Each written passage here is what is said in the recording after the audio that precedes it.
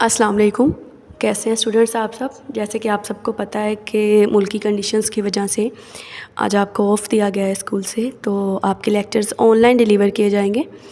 तो ये आपकी आज की डायरी है जो 7 मई 2025 की डायरी है, वो अब ऑनलाइन आपको पढ़ाई जाएगी। उसमें सबसे पहले आपका SLO है, स्टेट करने हैं आपने, बताने हैं units of equilibrium constant. Equilibrium constant मतलब KC, और KC क्या होता है, when rate of forward reaction is equal to rate of reverse reaction but in opposite direction. अब इसके हमने लास्ट टाइम हमने पढ़ लिया है, यूनिट ऑफ इक्विलिब्रियम कांस्टेंट भी पढ़ लिया हमने, यूनिट्स कैसे डिटर्मिन करते हैं वो हमने पढ़ लिए हैं। अब हमने इसके प्रॉब्लम्स इसमें आज हमने सॉल्व करने हैं। तो प्रॉब्लम सबसे पहले है 9.1, when hydrogen reacts with iodine at 25 degree centigrade to form hydrogen iodide, following reaction is as follows: H2 plus I2 in a reversible reaction gives us 2HI।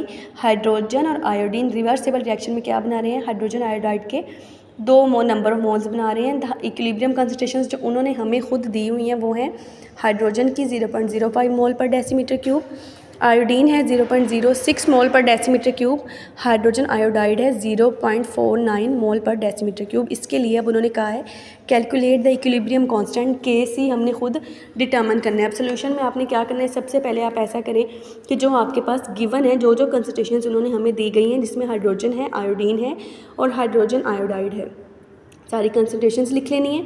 फिर आपने क्या करना है, जो ऊपर रिएक्शन दिया गया है उसके लिए KC या इक्विलिब्रियम कांस्टेंट का एक्सप्रेशन लिख लेना है। वो क्या आता है, प्रोडक्ट्स हम न्यूमिनेटर में लिखते हैं, ब्रैकेट बट ऊपर लिखते हैं, और नीचे क्या लिखते हैं हम, डिनोमिनेटर में उसके रिएक्टेंट्स जो दोनों होते हैं वो लिख लिया। अब जो रिएक्शन ये KC का एक्सप्रेशन है, अब इसमें जो हमारी गिवन कंसंट्रेशन है वो हमने पुट कर देनी है। जैसे HI की कंसंट्रेशन थी हमारे पास 0.49, H2 की 0.05 और L2 की क्या है 0.06। ये सारी पुट करके इसको कैलकुलेट कर लेना है, मगर इसके साथ साथ इसके यूनिट्स भी कैलकुलेट करने हैं, जैसे कि हमने लास्ट लेक्चर में किए थे। मोल पर डेसीमीटर क्यूब को लगा के जहाँ मल्टीप्लाई हो रहा है वहाँ भी डबल हो जाएगा, और जहाँ उसका स्केयर लेना है वहाँ भी स्केयर लेना है, साथ उसके यूनिट्स का भी। तो इसका आंसर क्या आ जाएगा, जस्ट 80। फिर है आपका problem number 9.2, for the formation of ammonia by Haber's process hydrogen and nitrogen react reversibly at 500 degree centigrade as follows. ये भी वही सेम रिएक्शन है जिसके हमने कल यूनिट कैलकुलेट किए हैं, जिसमें N2 + 3H2 gives us 2NH3। Ammonia की फॉर्मेशन है, 1 नाइट्रोजन और 3 हाइड्रोजन के मॉलिक्यूल्स हैं। फिर है equilibrium concentration for these gases are, nitrogen के क्या है 0.602 मोल पर डेसीमीटर क्यूब, हाइड्रोजन है 0.420 मोल पर डेसीमीटर क्यूब, और अमोनिया क्या है 0.113 मोल पर डेसीमीटर क्यूब। इसके लिए अब हमने KC डिटर्मिन करना है, सेम जैसे प्रॉब्लम नंबर 9.1 में किया है। KC हमने डिटर्मिन करना है, दोनों रिएक्टेंट्स की मोलर कंसंट्रेशन भी दे दी गई है, और जो है प्रोडक्ट हमारे पास अमोनिया उसकी भी मोलर कंसंट्रेशन दे दी गई है। गिवन आपने लिख लेना है, फिर आपने KC लिखना है इसके लिए, जिसमें क्या है अमोनिया जो कि प्रोडक्ट है वह न्यूमिनेटर में आ जाएगा, डिनोमिनेटर में दोनों रिएक्टेंट्स आ जाएंगे, नाइट्रोजन और हाइड्रोजन। फिर हमने KC के एक्सप्रेशन में इसके जो गिवन वैल्यूज़ हैं, जो गिवन मोलर कंसंट्रेशन है उनको पुट कर देना है और उसकी कैलकुलेट कर लेना है, उसको मैथमेटिकली कैलकुलेट कर लेना है, स्केयर लेके, और हाइड्रोजन का क्यूब ले लेना है, उसको फिर नाइट्रोजन से मल्टीप्लाई कर लेना है ऐसे। और फिर इनके साथ साथ क्या करना है, इनके यूनिट्स को भी कैलकुलेट करना है। ये सेम यूनिट जो हमने कल कल के लेक्चर में हमने यही वाला यूनिट कैलकुलेट किया था, तो उसमें क्या आंसर आया था, मोल -2 और DM6।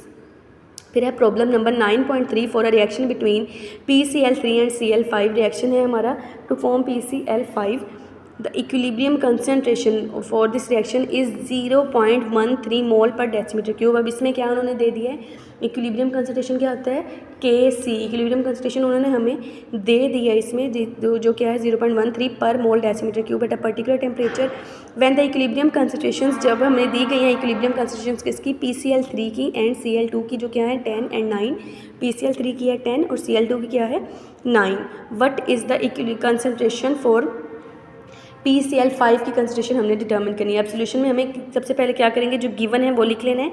इसमें क्या क्या गिवन है, PCl3 की कंसंट्रेशन गिवन है, that is 10 mole per decimetre cube, Cl2 की है that is 9 mole per decimetre cube, KC इन्होंने हमें दी गई है दैट इज़ 0.13 पर मोल DM क्यूब, और PCl5 की मोलर कंसंट्रेशन हमने खुद डिटर्मिन करनी है। नाउ अब right the balanced chemical equation and equilibrium constant expression. इसमें PCl3 + Cl2 gives us PCl5 पहले रिएक्शन लिख लेना है। अब इसके लिए KC या इक्विलिब्रियम कंसंट्रेशन कैसे लिखनी है, PCl5 जो कि प्रोडक्ट है इसको लिख लेना है न्यूमिनेटर में, और नीचे क्या लिख लेने हैं PCl3 और Cl2 जो हमारे पास रिएक्टेंट्स थे।